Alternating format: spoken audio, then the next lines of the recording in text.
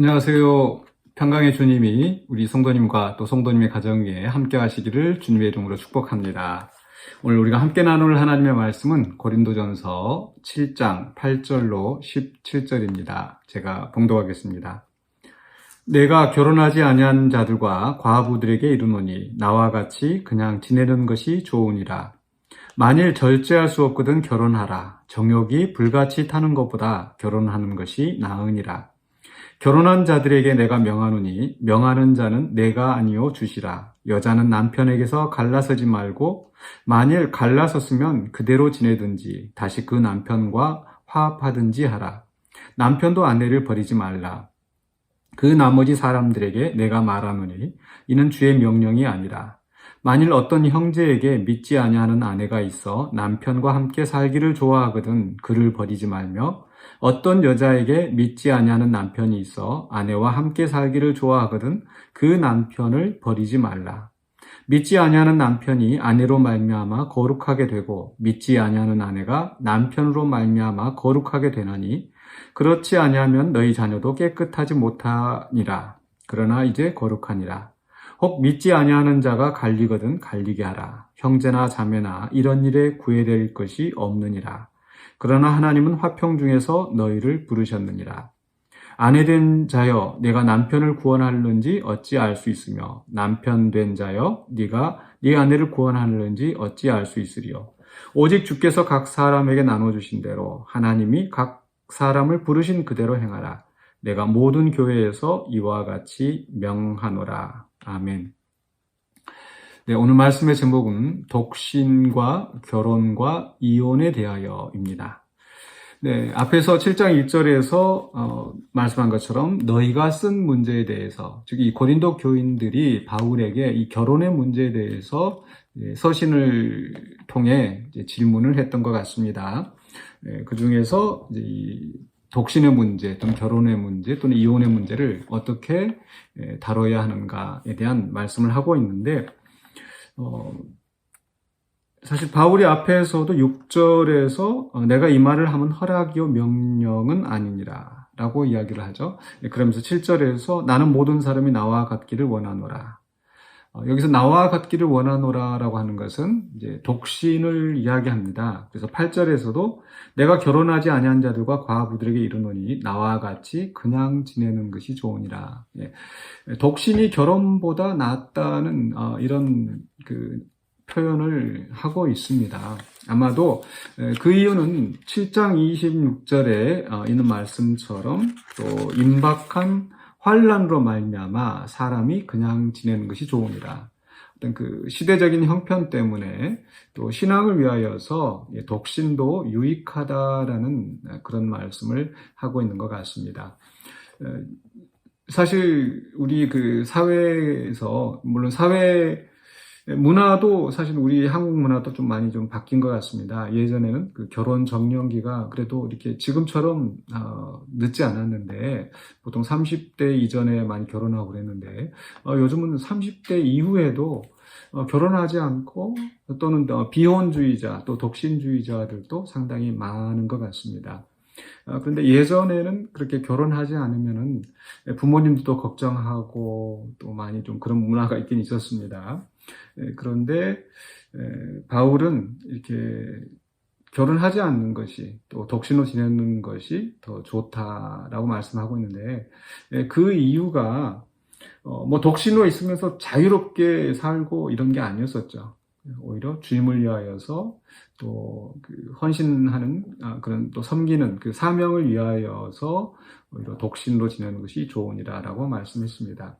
그래서 이 말씀 속에서 우리가 좀 정리해야 될 부분이 있다면 결혼하지 않는다고 해서 꼭 그 사람을 뭐 이상하게 볼 필요가 없다라는 겁니다. 또 그 사람의 형편에 따라서 그 사람의 생각에 따라서 또 당사자도 역시 마찬가지로 어떤 그런 결혼에 대해서 굳이 구애받을 것 없이 그러나 중요한 것은 이것이 나의 이기적인 어떤 욕구나 이런 생각보다는 또 주님을 위하여서 사명을 위하여서 내가 독신으로 사는 것도 괜찮겠다. 이렇게 오늘 있는 말씀 그대로 받아들일 수 있을 것 같습니다. 네, 그런데 9절에서는 이런 말씀을 하고 있어요. 만일 절제할 수 없거든 결혼하라. 정욕이 불같이 타는 것보다 결혼하는 것이 나으니라. 즉 혼자 독신로 있으면서 마음대로 이렇게 살아가는 것, 이게 중요한 게 아니죠. 또 독신으로 있으면서 어떤 그 음욕을 절제하지 못하는 것, 이것도 바람직하지 않다는 것. 그래서 그런 경우에는 차라리 결혼하는 것이 낫다라고 말씀하고 있습니다. 그러면서 10절 이하에서는 이제 결혼한 사람들에 대해서 말씀을 하고 있습니다. 결혼한 사람들에 대해서. 그렇다면 이제 독신이 더 나은 면이 있다. 독신 그냥 지내는 것이 좋으니라라고 했기 때문에, 그럼 결혼한 사람들에 대해서도 뭐 이렇게 사실 결혼하면서 살다 보면은 서로 부부간의 갈등이 있을 수도 있고, 그래 차라리 혼자 있는 게 낫겠다 이런 생각이 들 수도 있죠. 그런데 독신으로 지내는 것이 더 좋으니라, 그대로 지내는 것이 좋으니라라는 그 말씀을 이유로 해서 그냥 쉽게 갈라서는 것, 그런 결정을 해서는 안 된다는 겁니다. 바울은 특별히 이 10절에서 결혼한 자들에게 내가 명하노니 명하는 자는 내가 아니요 주시라라고 이야기하면서 여자는 남편에서 갈라서지 말고 남편도 아내를 버리지 말라고 이야기합니다. 즉 이혼에 대해서, 그러니까 이미 결혼한 사람은 이미 그 둘이 한 몸이 되어서 연합하였기 때문에 가급적 이혼하지 말라는 거죠. 그래서 그 이혼하지 않는 이유가 무엇인가 보면은 이제 12절 이하에서는 불신 배우자에 대해서 이야기를 하는데, 그러니까 배우자가 살기를 좋아하거든. 그러니까 불신 배우자라 하더라도 배우자가 이 결혼을 유지하기 원했을 때는 버리지 말라. 그건 남자든 여자든 마찬가지입니다. 즉 또 그 과정에서 이 불신 배우자가 또 믿는 사람을 통해서 주님 앞으로 나오게 될 것을 누가 알겠느냐. 그러니까 배우자의 구원을 위해서 또 이 결혼을 유지하라고 이야기하고 있습니다. 저는 그래서 이 말씀을 통해서 우리가 뭐 이혼이 되느냐 안 되느냐 이런 원리보다 우리가 행복한 가정 생활을 위해서 이 배우자에게 배우자를 배려하고 헌신하는 이런 그 부부 관계가 필요하다. 이런 그 원리를 우리가 배울 수 있을 것 같습니다. 앞에서도 아내가 자기 몸을 주장하지 못하고 남편이 하고, 또 남편도 아내가 주장을 한다. 즉 배우자를 먼저 배려하는 그런 마음의 자세가 필요한 거죠. 그러니까 이혼에 있어서도 마찬가지로 그저 내가 좀 싫다고, 또는 나와 성격이 맞지 않는다고 해서 내가 배우자를 버리기보다는 또 인내하고 또 상대방을 포용하고, 그런 그 태도로 우리가 그 하나님이 하나 되게 하신 것을 유지하게 해야 된다는 거죠. 그래서 심지어는 불신자라 하더라도 내가 신앙을 이유로 갈라서는 거 바람직하지 않다. 오히려 신앙을 위해서, 또 배우자의 신앙을 위해서, 배우자의 구원을 위해서 이 결혼을 유지하라. 그런데 반대로 15절에서는 믿지 아니하는 자가 갈리거든 갈리게 하라. 그렇죠?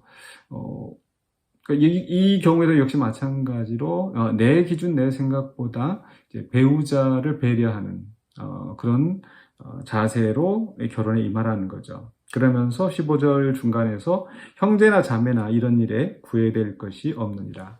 그러니까 이 갈라서지 말라라고 했었을 때 꼭 그것 때문에, 그래서 배우자가 이혼을 원하는데, 또 믿지 않는 자가 이혼을 원하는데 내가 이게 갈라서지 않아야지, 부부 둘이 하나가 됐으니까 갈라서면 안 된다라는 이런 식의 어떤 그 기계적인 그런 그 적용보다는 또 거기에 대해서 좀 더 자유롭고 배우자가 원할 때 또 이혼을 허용하는 이런 모습을 보여주고 있습니다. 네, 그러면서 17절의 마지막 결론적으로 오직 주께서 각 사람에게 나눠주시는 대로 하나님이 각 사람을 부르신 그대로 행하라. 앞에 6절 7절에서 하신 말씀, 각각 그 하나님께 받은 은사가 있다라는 거. 그래서 그 은사를 가지고, 그러니까 어떤 사람은 결혼의 은사가 있겠고, 어떤 사람은 독신의 은사가 있겠고, 또 각 사람의 형편에 따라 다를 터인데, 그 속에서 우리가 잊지 말아야 될 것은 바로 주님을 위한 헌신이 우선시 돼야 된다는 거. 그러나 또 어떤 그 신앙이 또 그 연합을 깨트리는 그런 구실이 되어서도 안 되고, 상대방에 대한 배려와 또 사랑, 또 인내와 헌신을 통해서 이 결혼을 아름답게 유지해 나가는 것, 이것이 우리에게 필요한 줄로 믿습니다. 지금은 또 아까 처음 시작할 때 말씀드린 것처럼 이 독신자들도 많아지고, 또 결혼 정년기도 결혼 연령대도 많이 좀 늦어지게 되고, 그러면서 동시에 또 이혼도 사실 상당히 많아지고 있는 그런 추세인 것 같습니다. 그런데 우리 그리스도인들은 바로 세상 사람들처럼 그렇게 쉽게 이혼하고 또 쉽게 재혼하고, 오늘 바울 말씀하잖아요. 갈라섰거든. 다른 사람과 또 이렇게 재혼하지 말고 가급적 그 남편과 또는 그 아내와 다시 화합하라. 그러니까 이혼을 쉽게 생각하고 재혼을 쉽게 생각하면은 계속 그렇게 이혼과 재혼을 반복할 수밖에 없을 겁니다. 그런데 내가 만약에 이 사람과 헤어진다면, 이 배우자와 헤어진다면 내가 이대로 살아야지, 뭐 이렇게 생각을 한다면 조금 더 인내하면서 또 결혼을 유지할 수 있지 않을까, 뭐 그런 그 교훈을 찾아보게 됩니다.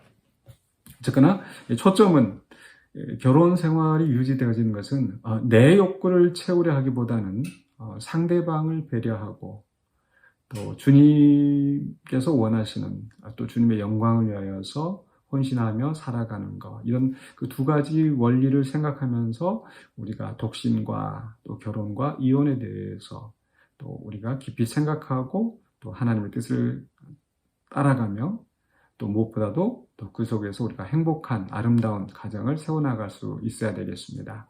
우리 함께 기도하겠습니다. 사랑해 주 하나님, 감사합니다. 우리에게 여러 가지 모양으로 은사를 주시고, 또 여러 가지 형편 속에서 우리에게 또 다양한 길이 있는 것을 우리가 생각합니다. 아직 결혼하지 않은 자들에게 또 하나님께서 허락하시는 또 좋은 배우자를 만나게 하여 주시고, 또 독신의 은사가 있는 자들에게는 그 형편 속에서 또 주님을 위하여 더 헌신하고 아름답게 또 살아갈 수 있는, 또 행복하게 주님의 은혜 안에 살아갈 수 있는 힘을 허락하여 주시옵소서.